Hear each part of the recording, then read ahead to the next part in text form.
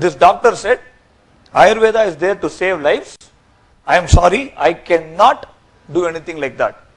This lady kept 5 lakhs on the table. And then she asked, now tell me, what can Ayurveda do? Or what can you do? The doctor said, Ayurveda and me can save daughter-in-laws like you. Okay? And then he gave a root and he said, every day give this root in the milk and give it with love and affection. After 6 months your mother-in-law will not be there. She gave it with lot of love and affection. At the end of the 5th month she realized that her mother-in-law is very good. So she didn't want her to die. Now what happened is, she went and told the Ayurveda person, look, I don't want my mother-in-law to die because she's too good. Do something and save her. He said, it's all over, 5th month. By this time kidney would have gone, liver would have gone, brain by any time would have gone, we know that. And I cannot do anything. Then she tells, please help me. And then the gentleman, the doctor, nice guy, he gave back the 5 lakhs and he said, my dear young lady, that was not a poison. It was just only a vitamin root. The poison was the mind in which you saw your mother-in-law. The minute you changed it, your mother-in-law looks good. Friends, in corporate world, when you join a company with lot of pride, you'll pull up the collar and tell, I'm working for this company. After a year or so, the way we tell it will be different and we'll start floating resumes here and there. Because we'll start disliking it. Let me be very open. The thrill in which we join any institute in this country, after 6 months we tell, how is this institute? It is not the way what I expected. So what did you expect? I don't know what I expected. That is the problem.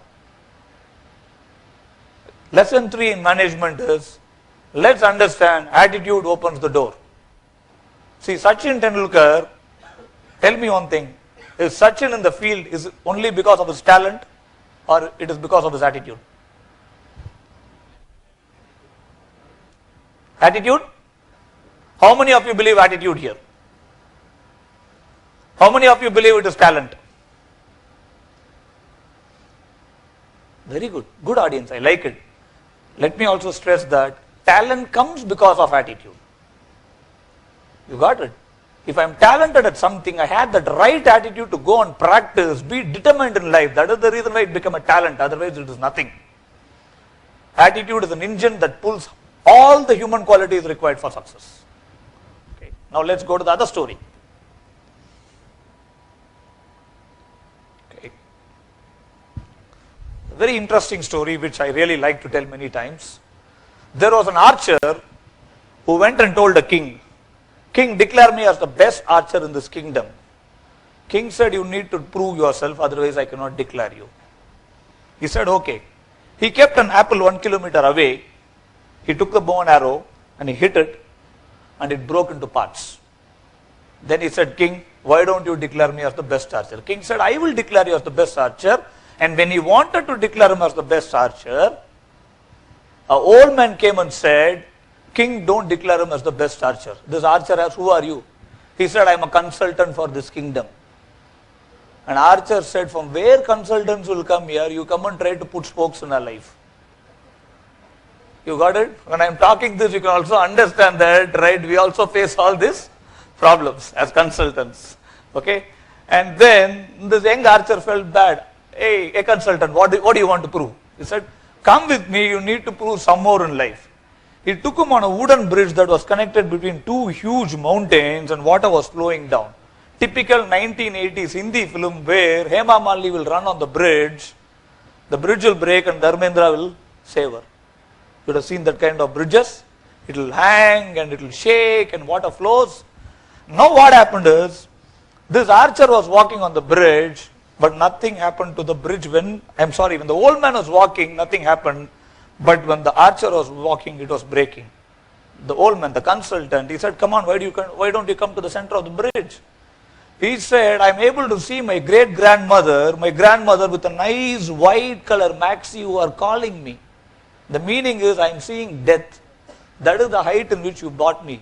What do you want me to do here? He said, now come to the center of the bridge. take your bow and arrow and hit the 8th bird in the sky. He said, hey boss, this is not fair. He said, do it. And he said, no, I cannot do it. And then they both went back to a common place.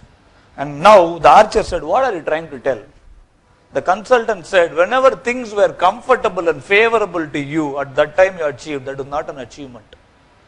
When things are not comfortable to you, when things are difficult to you, at that time you prove it, then only you are a real talented champion.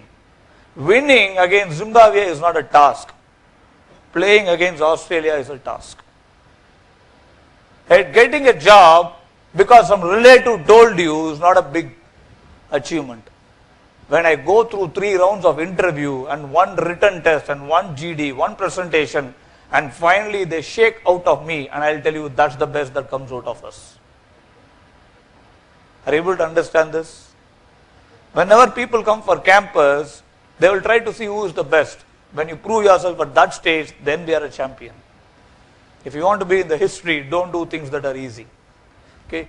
That's the other lesson what you can put it in management, and for all these young management graduates, companies will throw challenges on you. I remember first time when I went for an interview, a company asked me, are you willing to work in Assam? I was puzzled. What am I going to do in Assam? That's a company which sells deposits. I didn't have an answer. I just kept quiet. I said, why can't you give me a job in Chennai?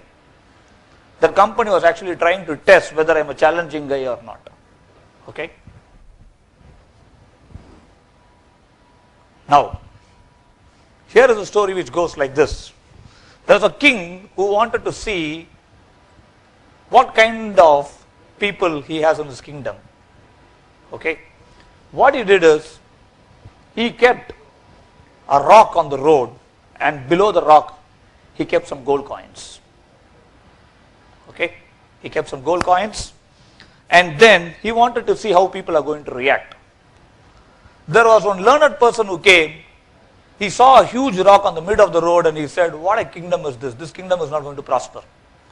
This king is not going to prosper, and he walked out. Then a businessman came and he said, all my tax money is getting ruined for this kingdom, because the kingdom is not well maintained. An ordinary vegetable vendor was selling some vegetables. He saw a huge rock, and he said, let me first move this rock, because this is not only going to wound somebody. People like me who work on a daily basis, even one day we are not going to be physically fit. We cannot eat. So first thing I need to do is, let me remove this rock from the road and keep it aside so that others will go comfortably. When he moved the rock, surprisingly he saw all those wealth there. And there was a letter from the king telling, rewarded are those who take initiatives. The greatest management lesson ever to learn is leadership again. If in a program like this, somebody asks, why don't you volunteer? If somebody comes, that itself is leadership qualities. In a company, there are many opportunities for us to volunteer. Right? Let us not wait. Let us go ahead and take it. Okay, this is one of the beautiful stories which I read very long time ago. Okay, and then there is one more lesson for us.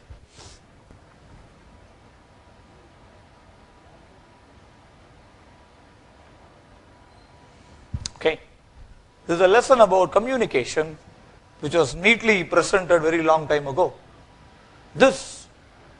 Once there was a person who met Socrates and said, Socrates, I would like to talk something about your friend. Socrates said, before you fully talk, you need to clear 3 tests. It's called triple filter test. Let me see whether you qualify that or not. Socrates asked the very first question. Whatever you're going to talk about my friend, is it facts or is it just what you heard here and there? That person said, it is just I heard something here and there. He said, you failed the first test. Okay, now tell me, whatever you're going to talk about others, about my friend, is it good or bad? He said, no, I'm going to talk something bad about your friend. He said, you failed the second test also. Then he asked, let me see whether you will qualify in the third test. Whatever you're going to talk, in what way it is going to help me? He said, it is not going to help you in any way. Then why should you communicate? Friends, the biggest problem is rumors spread like anything.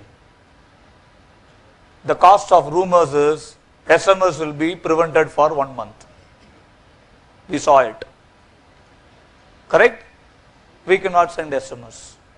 And now, anything you want to talk in corporate world, ensure that you talk with facts, because they don't want you to talk from mind. Let me give you one simple example. Once there was a presentation that was happening in a company, and one manager said, "Sir, almost 50% of the market is covered." Immediately the boss asked him, "How big is your market? How many distributors are there? How many retailers are there? And what are the sales last year? What are the sales this year? And just calculate and tell me whether it is 50%. He said, "No, I'm just telling you roughly." He said, "I don't want any rough figures. I need concrete facts." When you go for a Viva, okay, the questions will be more on how realistic is your project. And if you tell, "Sir, nearly 80% of the respondents said yes." Without knowing what you're talking, if you talk, in Viva we are finished. Because in Viva, the questions what they ask is based on the answers what you give. Any second year students here? Yes? Projects? Viva? Wait and watch. They want to see whether you have done the project by yourself, whether it is a realistic project. So the most important lesson in management is, let's talk based on facts. Okay. Then there is one more lesson for us. This lesson goes like this.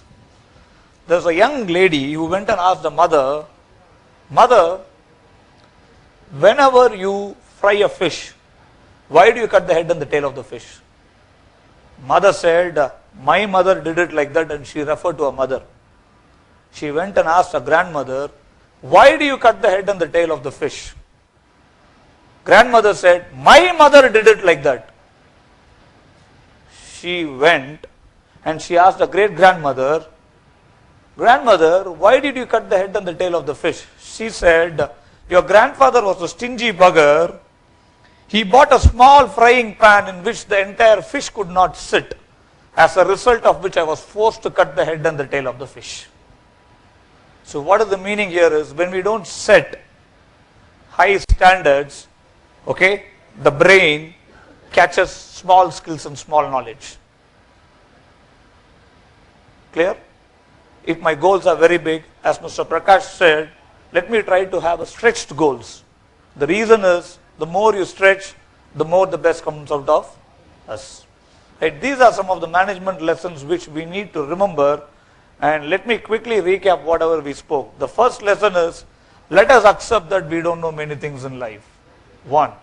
Second, let us try to understand that I need to do a lot of self-analysis about myself. Third, let me understand my attitude is the key. Fourth, let us try to understand that there is something called leadership. I need to take initiatives. And fifth, right, let's try to understand, yes, we need to be very clear about what we are communicating. And finally, so far what I said is, if we don't have high standards, right, no company is going to look at us to be hired. Thank you. Thank you, Mr.